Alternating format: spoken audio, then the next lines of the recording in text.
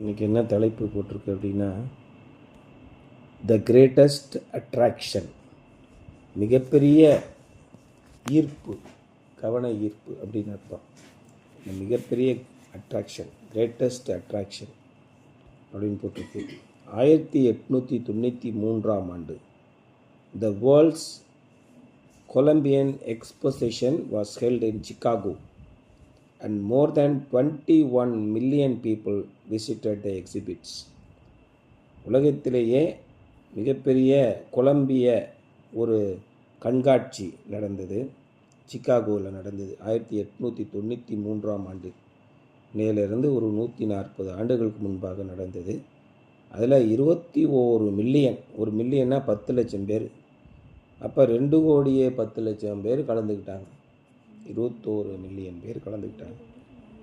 அதில் வைச்சிருக்கிற கண்காட்சிகளையும் பொருட்களையும் பார்த்தார்கள். Among the features was the world parliament of religions. அங்கே நடந்த சிறப்பம்சங்கள், பல விஷயங்கள் நடந்தது. அதில் உலக மதங்களின் பார்லிமெண்ட், அது பார்லிமெண்ட்டுன்னு என்ன, பாராளுமன்றம், ஆளுமன்றம், மக்களவை அப்படின்னு பேர். பாராளுமன்றம்னா ஒன்றும் புரியாது.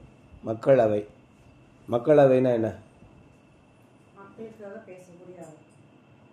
மக்களால் தேர்ந்தெடுக்கப்பட்டவர்கள் பேசுகிற அவை, த ரெப்ரசன்டேஷன் ஆஃப் பீப்புள். சரி, ராஜ்யசபை மேலவைன்னு இருக்குது, அது என்ன? ரெண்டு இருக்குல்ல, மக்களவை இருக்குது, மாநிலங்களவைன்னு இருக்குல்ல, ராஜ்யசபை. அப்போ அதுக்கு என்ன வித்தியாசம்? அவங்களாம் ஆளை போட்டு பேசுகிறது, இதான் ரொம்ப முக்கியம். அதான் மாநிலங்களவையோட அதிக அதிகாரம் உள்ளது பார்லிமெண்ட், மக்களவை. மக்கள் நேரடியாக எம்பி தேர்தலுக்கு ஓட்டு போடுறாங்க. அப்படி தேர்ந்தெடுக்கப்பட்ட ஒருவர் அந்த 534 பேர் ஒருத்தர் அங்கே உட்கார்றார், அவர் மக்களுக்காக பேசுவார் அப்படின்னு. அந்த மாதிரி மதங்களின் மக்களவை அப்படி நடைபெற்றது. With representatives of the world's religions meeting to share their best points and perhaps come up with a new religion for the world. அப்போ அந்தந்த மதங்களிலிருந்து ஒருத்தரை தேர்ந்தெடுத்து அங்கே அனுப்புகிறார்கள். உலகத்தில் எத்தனை மதங்கள் இருக்கிறது, எத்தனை கடவுளர்கள் இருக்கார்? இந்தியாவில் மட்டும் எத்தனை பேர்? முந்தி விநாயகனே 30 முக்கோடி தேவர்களே. இந்தியாவுடைய மக்கள் தொகையே அப்போ 30 கோடி தான் இந்த பாட்டு பாடும்போது. ஆனால் தேவர்கள் எத்தனை பேர்? 30 முக்கோடி தேவர்கள். பைபிள்லேயும் போட்டிருக்கு, இந்த உலகத்திலே தேவர்கள் எண்ணப்பட்டவர்கள் இருந்தாலும் அப்படின்னு போட்டிருக்கு. ஆண்டவர் நம்மளை பற்றி என்ன சொன்னார்? உங்களை தேவர்கள் என்றேன், நீங்கள் எப்படி இருக்கீங்க?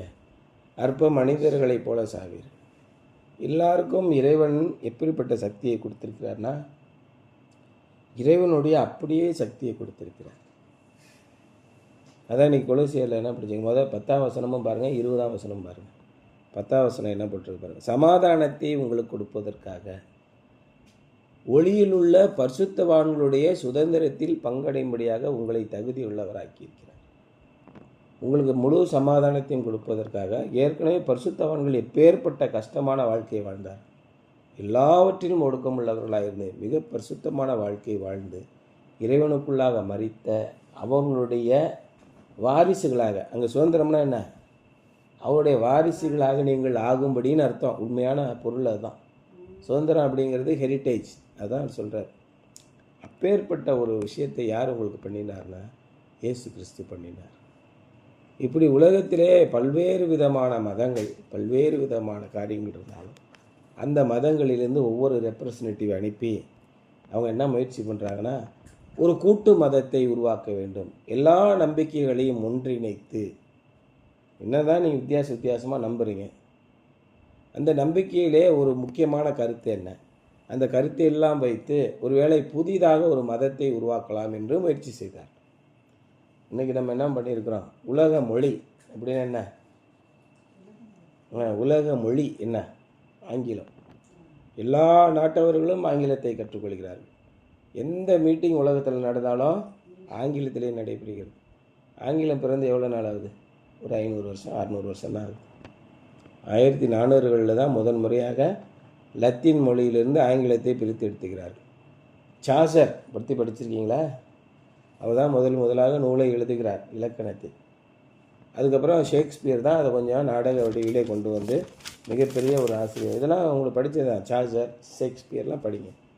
அடுத்தடுத்த நிலைக்கு கொண்டு வருகிறார் ஷேக்ஸ்பியர் இல்லையா. அவர்கள் தோற்றுவித்தது தான் ஆங்கில மொழி.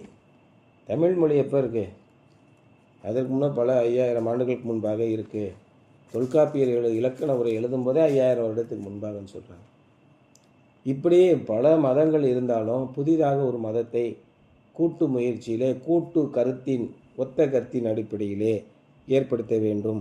வேர்ல்டு பார்லிமெண்ட் ஆஃப் ரிலிஜன்ஸ் நடந்தது அந்த எக்ஸ்போசிஷனில், with representative of the world's religions meeting to share their best points and perhaps come up with a new religion for the world.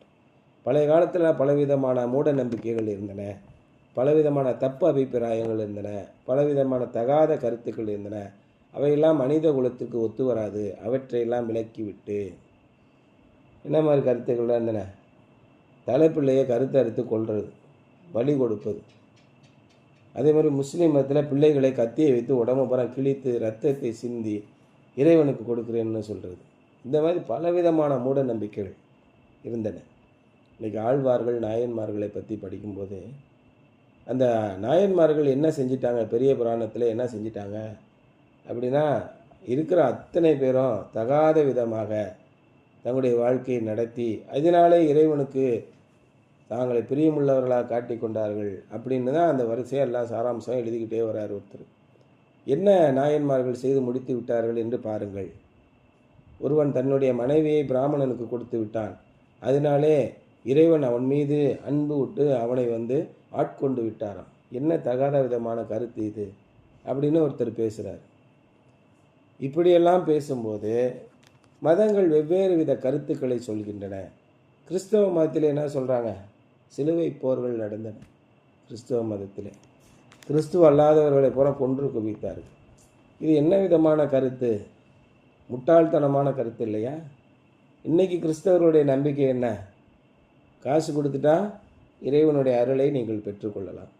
அதற்காக டெல்லியிலேருந்து 4 மாவடிக்கு 5000 ரூபா காசு கொடுத்துட்டு போகிறாங்க. அதுக்கு நீங்கள் இங்கேருந்து இங்கே வர வேண்டியதில்லை. நீங்கள் வாட்ஸ்அப்லேயோ ஜிபேலையோ பணம் போட்டாலே ஆசீர்வாதம் இமெயிலில் வந்துடும். இப்போ அப்படியெல்லாம் வந்துட்டாங்க. நம்ம டிஜிஎஸ் தினகரன் வித்தார் இல்லையா, பிள்ளைகளே நீங்கள் +2க்காக பரீட்சைக்கு தயாராகும்போது ஆசீர்வதிக்கப்பட்ட பேனா உங்களுக்காக விற்பனை செய்கிறோம். ஒரு பேனா 150 ரூபாய். மாப்பிள்ளை நீ வாங்கினது 7 ரூபாய்க்கு தானே, கேட்பானா கேட்க மாட்டானா? இது மூட நம்பிக்கைகள். இந்த மாதிரி மூட நம்பிக்கைகளெல்லாம் தகர்த்து விட்டு உண்மையான மதத்தை நாம் தோற்றுவிக்க வேண்டும் என்று உலகத்தில் இருக்க அத்தனை மதங்களிலிருந்து ரெப்ரசன்டேட்டிவை கூட்டு போட்டாங்க. Evangelist D.L. Moody saw this as a great opportunity for evangelism. அப்போ D.L. Moody என்ற நற்செய்தியாளர், இதுதான் ஒரு மிகச்சிறந்த சந்தர்ப்பம், இந்த சந்தர்ப்பத்தின் வாயிலாகத்தான் இயேசு கிறிஸ்துவை குறித்த நற்செய்தியை நாம் பரப்ப முடியும் என்று கண்டார். He used churches, rented theaters and even rented a circus tent to present the gospel of Jesus Christ. அவர் என்ன பண்ணார்? சபைகள், ஆலயங்கள், வாடகைக்கு விடப்பட்டிருந்த தியேட்டர்கள், cinema கொட்டகைகள், and even rented a circus tent to present gospel of Jesus Christ.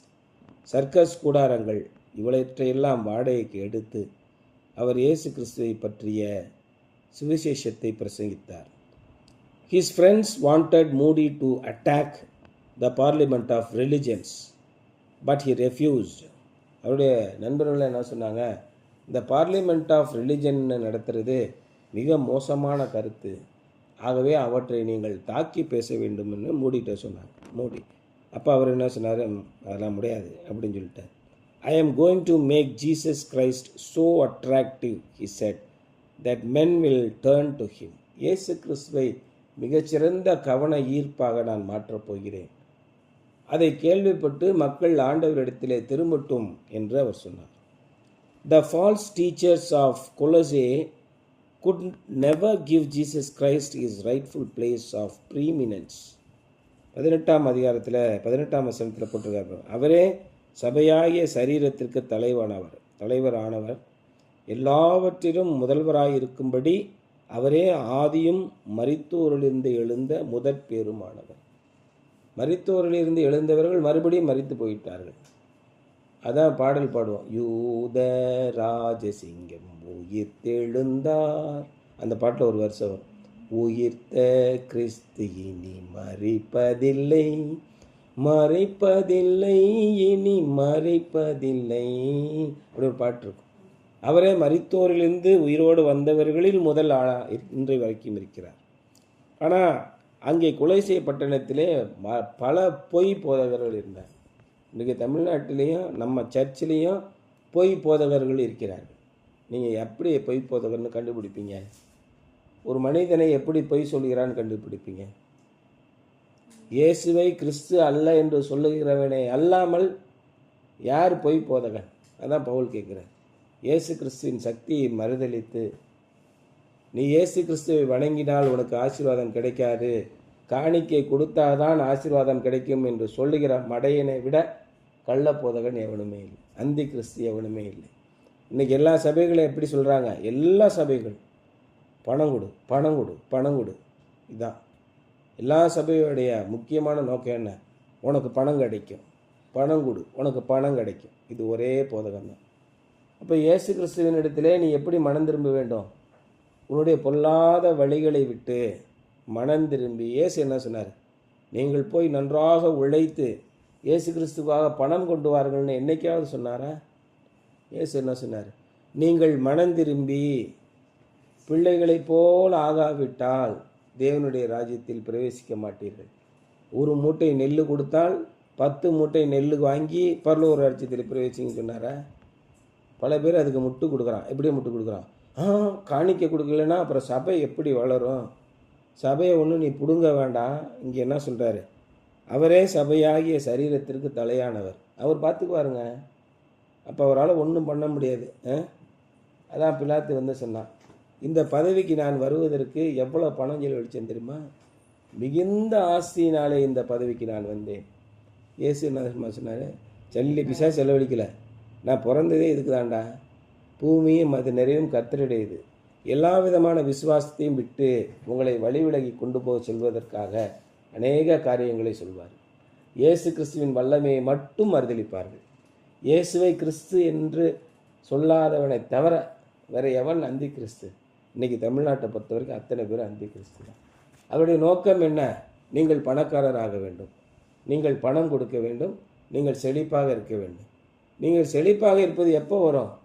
முதலாவது தேவனுடைய ராஜ்யத்தை தேடுங்கள், பின்பு these shall be added. Add-ons இவையெல்லாம் நீங்கள் செழிப்பாக இருப்பதும் சந்தோஷமாக இருப்பதும் மகிழ்ச்சியாக இருப்பதும் எல்லாமே add on benefits. First main benefit என்ன? நீங்கள் மனம் திரும்பி பிள்ளைகளைப் போல ஆகாவிட்டால் உங்களுடைய மனம் திரும்புகள்னு சொன்னார். எந்த சமயமும், அதான் அந்த பல கருப்பையாக பேசுவார், எந்த சமயமும் உலகத்திலே மனம் திரும்புங்கள் என்பதை போதிக்கவே இல்லை. நீ நல்லது செஞ்சால் நல்லது நடக்கும், கெட்டது செஞ்சால் கெட்டது நடக்கும். இதுதான் உலக அத்தனை சமயங்களுடைய சாராம்ச கருத்து. இயேசு கிறிஸ்து என்ன சொன்னார்? நீ நல்லது செஞ்சாலும் நரகத்துக்கு தாண்டா போவ, நீ கெட்டது செஞ்சாலும் நீ நல்லா தான் இருப்ப. அதான் நம்ம பைபிள் போதிக்குது. யோபோட கதையில் என்ன படிக்கிறோம்? நல்லது தான் செஞ்சான், கெட்டது தானே அனுபவிச்சான். அப்போ உங்களுடைய கைகளின் கிரியையினாலே நீங்கள் ஒன்றும் அல்ல, நீங்கள் கிரயத்துக்கு கொல்லப்பட்டீர்கள். இன்னொருத்தன் காசு கொடுத்து வாங்கியிருக்கான், அவங்கள ஜாக்கிரதையாக இருங்க. இன்னொருத்தன் காசு கொடுத்து வாங்கியிருக்கான். இன்றைக்கி இப்போ ஃபேஸ்புக்கில் எழுதுகிறான், கருணாநிதி மகன் கொடுத்த 5000 ரூபாய் பணம் எனக்கு தேவையில்லை, அவர் கொடுத்த 1000 ரூபாய் பணம் தேவையில்லைன்னு ஒரு அம்மா வந்து பணத்தை திரும்ப அனுப்பிடுச்சான். உங்கள் அப்பா சொத்தை வாங்கினியா அப்படின்னு ஒருத்தன் கேட்குறான். அப்புறம் எங்கள் அப்பா சொத்தை வாங்காமல் எப்படி வாங்காமல் இருக்க முடியும்? என்ன ஸ்டாலின் அண்ணா கொடுத்தாரு அப்படி அந்த அம்மா கேட்குது. உங்கள் அப்பன் சொத்து உனக்கு வர்றதுக்கு கலைஞர் கையெழுத்து போட்டதுனால தான் வரும். 1972க்கு முன்னாடி வரைக்கும் பெண்களுக்கு சொத்தில் உரிமை இல்லை. அவர் சட்டத்தை கொண்டதுனால வாங்குற, கலைஞர் போட்ட சட்டம் எனக்கு தேவையில்லை, அப்படி ஒரு சொத்து தேவையில்லைன்னு எதையும் எழுதி கொடு பார்ப்போம். எப்பேற்பட்ட ஆசீர்வாதத்தை நான் பெற்றுக்கொண்டு இயேசு கிறிஸ்து இல்லை என்று சொல்லுகிறார். காசு கொடு, காணிக்க கொடு, உனக்கு வந்து ஆண்டவர் ஆசீர்வாதத்தை தருவார். என்கிட்ட பேனா வாங்கி எழுது, உனக்கு ரட்சிப்பு வரும். இயேசு கிறிஸ்துவின் வல்லமை பொய். இவர்கள் தானே கள்ள போதகர்கள். இதே மாதிரி கொலோசிய பட்டணத்திலும் கள்ள போதகர்கள் இருந்தார்கள். அவர்கள் இயேசு கிறிஸ்துவின் தலைமை தன்மை மறுத்தார்கள். The false teachers of Colossae could never give Jesus Christ his rightful place of preeminence. For according to their philosophy, Jesus Christ was only one of the many emanations from God. Emanations என்ன? அவதாரங்கள். கடவுள் பல அவதாரங்களை எடுத்தார். அதில் இயேசு கிறிஸ்து ஒரு அவதாரத்தை எடுத்தார். உடைய முஸ்லீம் நண்பர்கள் என்ன சொல்கிறாங்க? அவர் ஒரு நபி, அவர் ஈசா நபி, அவ்வளோதான். பல நபிகள் வந்தார்கள், அதில் ஈசாவும் ஒரு நபி. கொலோசிய பட்டணத்தில் அதான் சொன்னாங்க, பல கடவுள் அவதாரங்கள் இருந்தார்கள், அதில் ஒரு அவதாரம் இயேசு கிறிஸ்து என்று அவர்கள் நம்பினார்கள். But Jesus said, I am the way and the truth and the life. நானே வழியும் சத்தியமும் உயிருமாக இருக்கிறேன். என்னாலே அன்றி வித்தவுட் மீ ஒருவனும் பிதாவினிடத்தில் வரான். இது ஒரே வழிதான். இந்த வழியை தவிர வேற வழி இல்லை. பாவ பாரம் போக்கவே இயேசுவின் ரத்தம் தானே, வேறே நதியை அறியே இயேசுவின் ரத்தம் தானே. இயேசுவின் ரத்தம் இல்லை என்றால் உங்களுடைய வாழ்க்கையில் எந்த விமோசனம் கிடையாது. ஒரே வழி, அந்த ஒன்லி வே. அதான் சொல்கிறாரு. But I am the way and the truth and the life. No one comes to the Father except through me. என்னாலே அன்றி ஒருவனும் பிதாவினிடத்தில் வரான். It has well been said, if Jesus Christ is not Lord of all, he cannot be Lord at all. இயேசு கிறிஸ்து எல்லாவற்றிற்கும் காரிய கர்த்தராக இல்லை என்றால் அவர் கர்த்தராகவே இருக்க முடியாது. அதான் சொல்கிறேன். த ப்ரீமினன்ஸ், எல்லாவற்றிற்கும் மேலானவர் இயேசு கிறிஸ்து. அதான் நீதிமொழிகள் என்ன சொல்கிறாரு? ஒருத்தனுக்கு செல்வம், புகழ், ஆரோக்கியம் எல்லாவற்றையும் கொடுத்தும் அவற்றை அனுபவிக்க செய்வது தேவனுடைய அனுக்கிரகம். எல்லாவற்றையும் கொடுத்துட்டு ஒன்றுமே அனுபவிக்கலைன்னா என்ன இருக்குது? அப்போ இவ்வளோ சொத்துக்கள் பெருகி உங்களுக்கு செழிப்பெல்லாம் வந்த பிறகும் கூட அவற்றை அனுபவிக்கும் தகுதி உங்களுக்கு இல்லை என்றால் நீங்கள் என்ன செய்வீர்கள்? ரொம்ப யோசனை பண்ணிப்பார். தேவன் உங்களை ஆசீர்வதிக்கவே ஆசீர்வதிப்பார், உங்களுக்கு சமாதானத்தை கொடுக்கவே கொடுப்பார். இவையெல்லாம் இந்த உலகத்திற்கு அடுத்த காரியங்கள். ஆனால் உங்களுடைய மனது எப்படி இருக்கிறது? நல் வாழ்க்கையிலே நல் வழியிலே இருக்கிறதா? இறைவனுக்கு பயப்படும் பயம் உங்கள் மனதிலே இருக்கிறதா? இறைவனுக்கு பயப்படும் பயம் இருந்தால்தான் அடுத்த காரியங்கள். இறைவனுக்கு பயப்படும் பயமே இல்லைன்னா நம்முடைய வாழ்க்கை தாறுமாறாகத்தான் போகும். எப்படி பெர்வர்ஷன்னு சொல்லுவாங்க, தாறுமாறாக போய் தகாத வழிகளிலே சம்பாதித்தவர்கள் அத்தனை பேரும் அழிந்தார்கள். அத்தனை பேர்களுடைய குடும்பங்களும் அழிந்தன, அவருடைய சந்ததியார்களும் அழிந்தார்கள். இதை நீங்கள் எந்த குடும்பத்தை வேணாலும் எடுத்துக்கலாம். தகாத வழியில் யாரெல்லாம் போனார்களோ ஒரு 50 ஆண்டுகள் அவருடைய வரலாற்றை பாருங்கள், அழிந்து போனவர்களாக இருப்பார். எப்பேற்பட்ட ஆளாக இருந்தாலும் சரி, அவன் மகாராஜாவாக இருந்தாலும் சரி, யாராக இருந்தாலும் சரி, அவருடைய வாழ்க்கையை வரலாறு இருப்பாங்க, அழிந்து போன ஒரு குடியாக இருக்கும். இறைவனுக்கு பயந்தவர்கள் எப்படி இருப்பார்கள்? நான் சிறு வயது உள்ளவனாக இருந்தேன், நான் முதிர் வயது உள்ளவனும் ஆனேன். இந்த 100 வருஷத்தில் நீதிமானுடைய பிள்ளைகள், இறைவனின் ஆசீர்வாதத்தை பெற்றவர்கள், இந்த காலத்திலே இயேசு கிறிஸ்துவை விசுவாசித்தவர்கள், உடைய பிள்ளைகள் அப்பத்துக்காக பிச்சை எடுத்து தெரிந்ததை நான் பார்த்ததில்லைங்க. இது நிலையான ஆசீர்வாதம் அப்படின்னு சொல்கிறார். அதான் இன்றைக்கு தலைப்பு என்ன சொல்கிறாரு? The greatest attraction. ஆகவே இந்த உலகத்தில் பலவிதமான காரியங்களையும் பலவிதமான கருத்துக்களையும் சித்தாந்தங்களையும் நீங்கள் கேள்விப்படும் போது அவற்றால் யோசிச்சு பாருங்கள். ஒன்று யோசிங்க, ஆண்டவர் என்ன சொல்லியிருக்கிறார்? இந்த வசனங்கள் உங்களுடைய மனசுலேயே இருக்கணும். இல்லைனா உங்களை நீங்கள் ஐயா ஒரு அப்படியே போகிற போக்கில் சொன்னார். அதாவது பிசாசு எவனை வஞ்சிக்கலாமோ என்று பிசாசானவன் வகை தேடி கொண்டிருக்கிறான் அப்படின்னு ஒரு வசனத்தை சொன்னார். எந்த நிமிஷம் நமக்கு கிடைக்கும்? He is waiting for the opportunity to deceive you. உங்களை எப்படி ஏமாற்றி கொண்டு போகலாம்? சின்ன பிள்ளையிலேருந்து குடும்ப ஜெபத்தில் வளர்ந்த பிள்ளைகள் கூட இப்போ எங்கள் அண்ணன் அக்காவெல்லாம் வாழ்க்கையில் நான் பார்க்குறேன், மகா பெரிய சீரழிவான வாழ்க்கையில் போய் கொண்டிருக்கிறார். நாங்கள்லாம் சரியாக தான் இருக்கோம், நீ உன் ஜோலியாக பாரு அப்படின்னு தான் சொல்லிட்டு இருக்காங்க. முழுவதுமாக அந்த உலகத்திலே மூழ்கி போய்விட்டார். கடவுளை பற்றி கடவுளும் தெரியும், எல்லாம் மயிரும் தெரியும்லாம் சொல்கிறாங்க. கிறிஸ்தவ சகோதரர்கள் அப்படி பேசுகிறாங்க. அப்போ எப்பேற்பட்ட உலகத்தில் நம்ம வாழ்ந்துக்கிட்டு இருக்கோன்றதை பாருங்கள். ஆனால் இதே மாதிரி தான் இன்றைக்கி புதுசாலாம் இவங்க வரல. இவங்க அந்த காலத்துலேருந்தே அப்படி தான் இருக்காங்க. இவர்கள் பிசாசினாலே ஆட்கொள்ளப்பட்டு விட்டார்கள். இதையெல்லாம் நம்ம பார்க்கும்போது மிகுந்த எச்சரிக்கையாக இருக்கணும். ஏன்னா பிசாசானவன் எவனை விழுங்கலாமோ என்று வகை தேடி கொண்டிருக்கிறான். What are some specific things you can do this week to try to make Jesus more attractive to others? இயேசு கிறிஸ்துவை மற்றவர்கள் பார்க்கும்போது அவரை இன்னும் அதிக கவர்ச்சியுள்ளவராக பார்க்க நீங்கள் என்ன செய்யலாம்? அவருடைய குணாதிசயம் உங்களிலே காணப்படுகிறதா? அதான் ரொம்ப முக்கியம். இயேசு கிறிஸ்து ஒருவனையும் விலக்குவதே இல்லை, ஒருவனையும் புறம்பே தள்ளுவதில்லை. அதான் சொன்னார், என்னிடத்தில் வருகிற எவனையும் நான் புறம்பே தள்ளுகிறதில்லை. அதான் இயேசு கிறிஸ்து சொன்னார். நான் அன்னைக்கு நீ என்ன செஞ்ச, மரியாதையாக போயிடு, மூஞ்சிக்கு முன்னாடி நிற்காத. இது மனித இயல்பு. ஆனால் இயேசு கிறிஸ்து என்ன சொன்னார், யாராக இருந்தாலும் வாங்க, மனம் திரும்பி வரீங்கன்னா வாங்க. இதான் இயேசு கிறிஸ்துவின் குணாதிசயம். இந்த குணாதிசயத்திலே நாம் வாழ்ந்தால் நிச்சயமாக இயேசு கிறிஸ்துவை எல்லாருக்கும் பிடித்தவராக நம்மால் காண்பிக்க முடியும். அதான் இன்றைய கேள்வி கேட்குறாரு, what can you do this week to make Jesus more attractive to others?